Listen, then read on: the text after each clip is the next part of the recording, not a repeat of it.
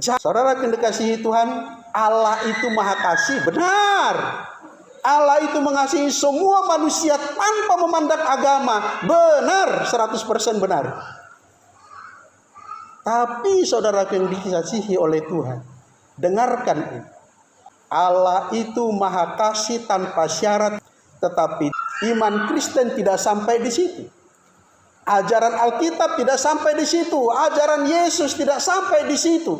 Kalau engkau tahu Tuhan maha kasih, maka datanglah kepadanya, ikatlah hubungan dengan dia, ikatlah perjanjian dengan dia. Itu yang Tuhan mau. Kalau engkau percaya kepada Tuhan, datanglah kepadanya, ikatlah persekutuan.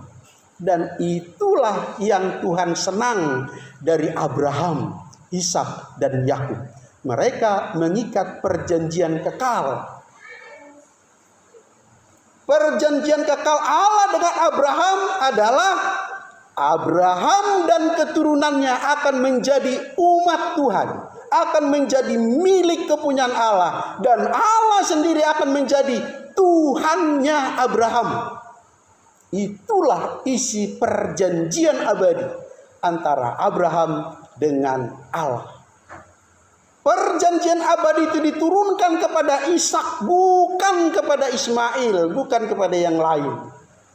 Dan perjanjian itu diturunkan kepada Yakub yang menjadi nama Israel, bukan bangsa lain. Disinilah letak problemanya, saudara yang dikasihi oleh Tuhan. Inilah letak persoalannya. Tuhan maha kasih, amin. Dan itu tanpa syarat. Kau mau kasih apa, tidak kasih apa sama Tuhan, dia tetap sayang kepadamu. Tetapi kalau engkau menjadi pemilik waris surganya, kalau engkau menjadi pemilik perjanjian abadinya, engkau harus mengikat perjanjian dengan dia.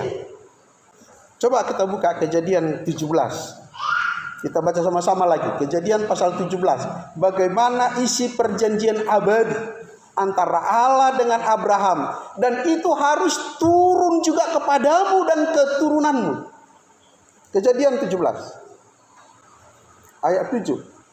Aku 1-2 ya.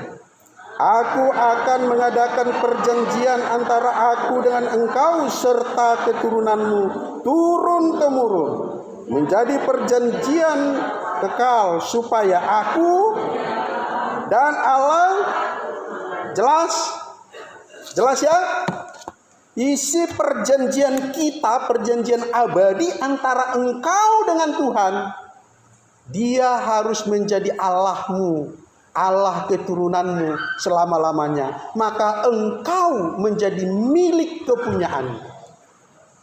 Kasih Allah itu tanpa syarat, benar.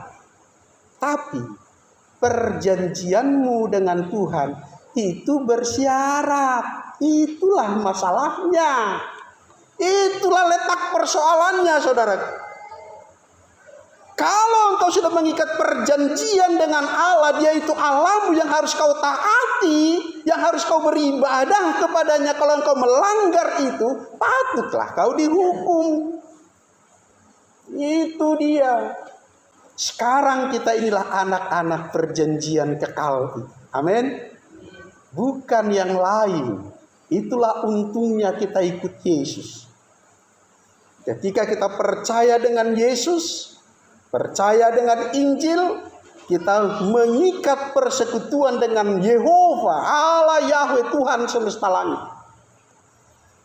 Namamu tercatat dalam kitab kehidupan. Engkau dipantau 24 jam sehari, seumur hidupmu. Tidak ada yang lolos dari pantauan Tuhan. Ketika engkau menyelenceng sedikit saja, dia arahkan ke jalan yang benar. Itulah konsekuensi perjanjian abadimu dengan Tuhan. Karena engkau disayangi lebih dari orang yang lain. Karena engkau telah mengikat perjanjian dengan dia. Dia mau engkau tetap berkenan di hadapannya. untuk perkenanan Tuhan itulah kita menerima disiplin dari Tuhan. Amin. Jadi kalau engkau menerima disiplin dari Tuhan, jangan marah, jangan bersungut-sungut. Kenapa begini? Kenapa begitu? Tuhan tidak adil, Tuhan pilih kasih. Jangan. Kasih Allah itu universal betul, tapi engkau tidak sekedar dikasihi, tapi dipilihnya, dimeteraikannya, menjadi milik kepunyaannya untuk bersama dengan dia di keabadian surga. Tidak semua orang masuk situ. Itu harus kita camkan.